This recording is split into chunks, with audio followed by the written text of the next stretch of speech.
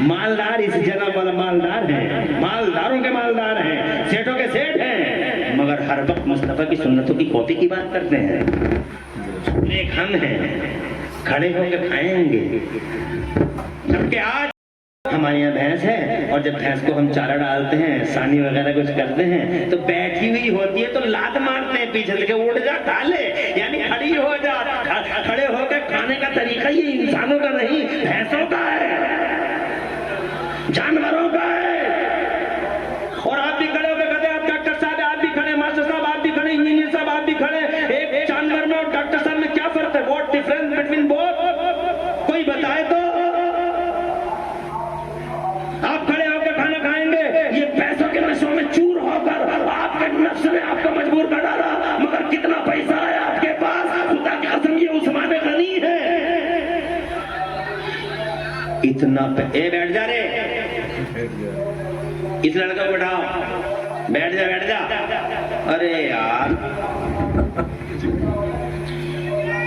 टोपी वालों दोनों ऐसे बैठ जाओ नीचे को, ऐसे ही माची है फौरन बैठ गया। अगर ये कह देता मैं तो नहीं बैठ रहा था, हम क्या कर लेते, लेकिन माची है, समझ गया, जल्दी बैठ गया। खुश रहो, आबाद रहो। अभी तो बड़े पीर साहब की बात करनी है यार, मैं बताऊं मुझे 1 घंटा काफी है क्या? ना, मुझे 1 घंटा कहाँ काफी होता है। मैं तो माइक पे आके चिपक गया तो चिपक गया। नहीं, मगर मेरे पीछे मेरे मेहमान हैं, हमें सबका खैर मकदम करना है और सबका साथ। मैं उनकी तरह नहीं हूँ कि माइक से चिपक गए, देखते तक नहीं है कि पीछे कोई बैठा है नहीं बैठा है, और मेरे साथ आए दिन ऐसी हरकतें होती रहती हैं। खैर, अल्लाह ताला हुजूर का सदक़े जल्द से वो कबूल फरमाए। मैं ये कहना चाहता था, बहुत मुख्तसर में कह दूं,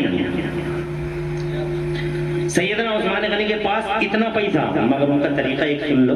मस्जिद में गए हैं, ये मस्जिद में गए हैं सैयदना उस्मान गनी, इतने बड़े मालदार हैं, जमाने के सेठ हैं।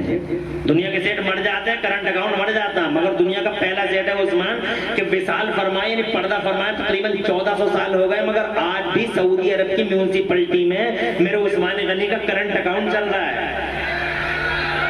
तुम कहते हो कुरान पढ़ने वाला पीछे रह जाता, कुरान पढ़ने वाला पीछे रह जाता, मैं कहता हूँ कुरान पढ़ने वाला आज भी आ गए, मगर तुमने तो पढ़ा ही नहीं कुरान, तुम तो समझे ही नहीं कुरान की हैसियत को। अरे कुरान पढ़ने वाला कल भी आ गया था, और कुरान पढ़ने वाला। और अगर तुम मुझसे कहो कि इमरान हनफी साहब दौरे हाजिर में करंट डेज में, ये बताइए करंट डेज में बताइए कोई आदमी ऐसा है जिसने कुरान पढ़ा हो और सबसे आगे गया हो? मैं कहूँगा हाँ, करंट डेज में भी मेरे पास एक मिसाल है, और यही करीब की मिसाल है, ज्यादा दूर की मिसाल नहीं है। एक शख्स है, बहुत जबरदस्त तालीम है, अल्लाह का वली है, जबरदस्त तालीम है, आलिमों का आलिम, फकीहों का फकीह, मुदब्बिरों का मुदब्बिर, कंजुल मुहक्किकीन और इमामुल मुहक्किकीन का ये नाम तो मैं बाद में लूंगा, मगर आप समझ तो गए होंगे। एक शख्स है भारत का, अल्लाह ने वो इल्म दिया उसे कि उसने 56 इल्मों में 1200 किताबें लिख के इतिहास रच दिया। मगर खुदा गवाह है,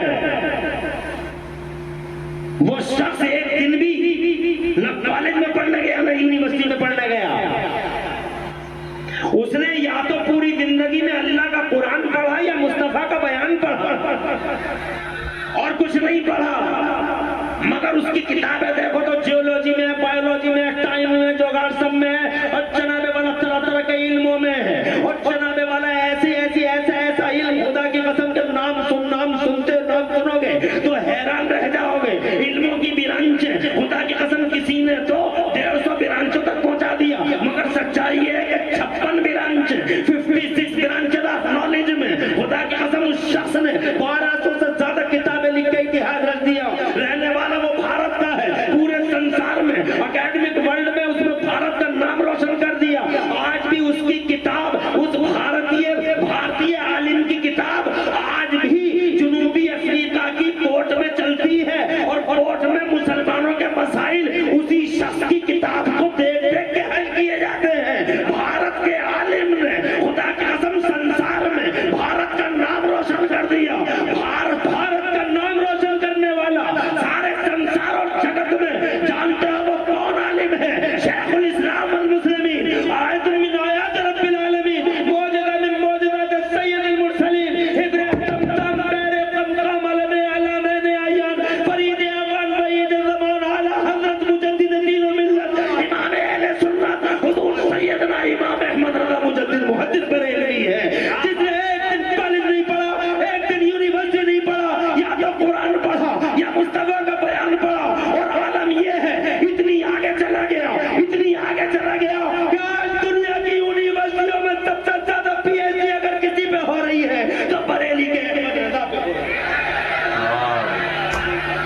मेल फीमेल मुस्लिम नॉन मुस्लिम, अल्लाह जज़ाए खैर दे। अपनी अपनी परेशान तो नहीं हो? ये दौरे हाजिर का एक किरदार देख लो। तुम तो बरेली पे हो, खुश नसीब हो, यू आर लकी, बहुत महान लोग हो, बहुत महान हो। हम तो मुरादाबाद के हैं मगर फख्र करते हैं। मुरादाबाद का बाद में बताते हैं, पहले बरेली वाले बताते हैं। कोई हमसे पूछता है आप कहाँ से, तो मुरादाबादी बाद में। क्या शान है जनाबे वाला बरेली वालों की भी, कैसा नवाजा है अल्लाह ने बरेली को आला हज़रत सरकार से।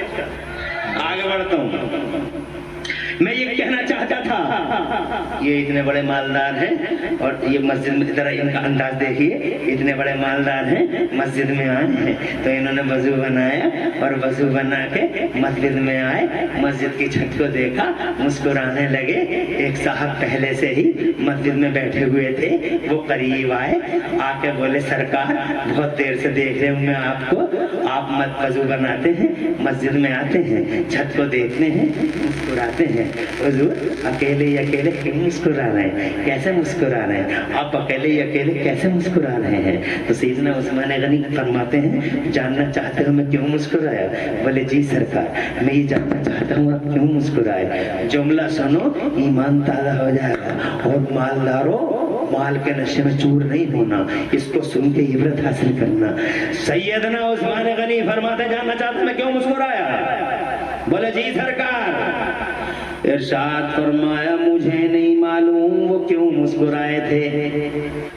फरमाते मुझे नहीं मालूम वो क्यों मुस्कुराए थे, मगर इस मकाम पर एक बार मेरे नबी इसी छत को देख के मुस्कुरा दिए थे। आज मैं भी उसी मकाम पे खड़ा था, मैंने भी सोचा क्यों ना मुस्कुरा दूं, और हुजूर की सुन्नत है।